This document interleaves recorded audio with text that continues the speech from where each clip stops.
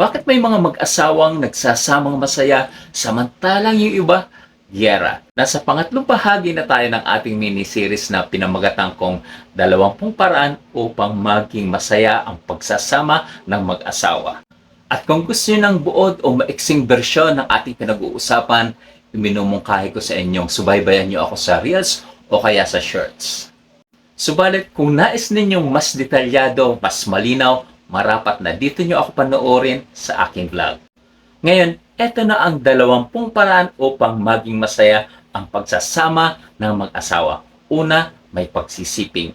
Pangalawa, kapwa masipag at responsable. Pangatlo, isinasaalang-alang ang naramdaman, damdamin o opinyon ng asawa. Pang-apat, kahit di gaanong kasundo ang biyenan, nire-respeto. Last week dito tayo nagtapos sa panglima at eto na yung panglima. May tiwala sa asawa. O eto na naman tayo na porket dadalo sa batch reunion nung high school, di napapayagan ang asawa dahil nandun yung dating love ni Mrs. o ni Mr. Pero sa totoo lang, may nangyayaring ganito na nagkahiwalay ang mag-asawa dahil umattend ng reunion. Ayun, hindi na umuwi. Kaya may katwiran din naman talaga ang babae kung bakit ayaw nilang payagan ang lalaki.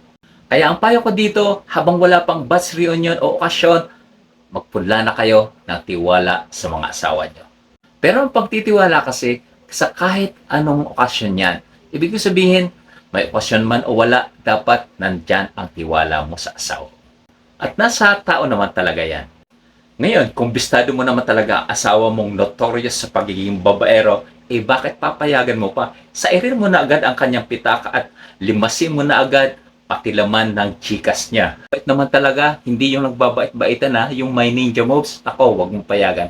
Yung genuine na mabait, yon, wag mong sagarin ang kabaitan niya. At baka pag nakalayas naman yan ay hindi na bumalik.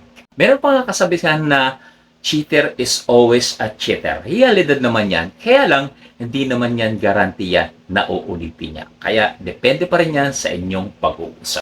Kaya wag higpitan ng gusto, subalit wag naman labis na luwagan. Tayo mga lalaki, tiyak naman nating deserve tayo sa pagtitiwalang ibinigay sa atin ng babae o kaya ng asawa natin. Pero hindi lang to sa lalaki, maski rin sa babae. Dapat required ito sa both parties. Dahil kung nasira na ang tiwala, nako, giyera patani yan. Tamang duda lagi at ang hirap nun sa susunod na okasyon kasi hindi mo malaman kung magsisinungaling ka ba o magtatapat ka. Kahit nagiging tapat ka na, hindi nawawala ang duda. At kung pinapayagan kayo ng misis nyo, nagpapanggap lang yan na may tiwala sa inyo. Mga babae pa, para adobo yan. Alam niyo na kung ano ibig sabihin. At kay hirap ibalik at buuin uli ng tiwala. Taon o dekada pa yan bago mabuo uli. O kaya minsan nga, hindi na nabubuo at nakiking sanhi pa ng paghihiwalay ng ibang mag-asawa. Tandaan niyo yan. Mga ka-OFW, maraming salamat sa panonood niyo at itutuloy natin itong usapan na ito. Nawa may natunin kayo sa araw na ito. Subscribe or follow for more OFW talks and book reviews. God bless you all.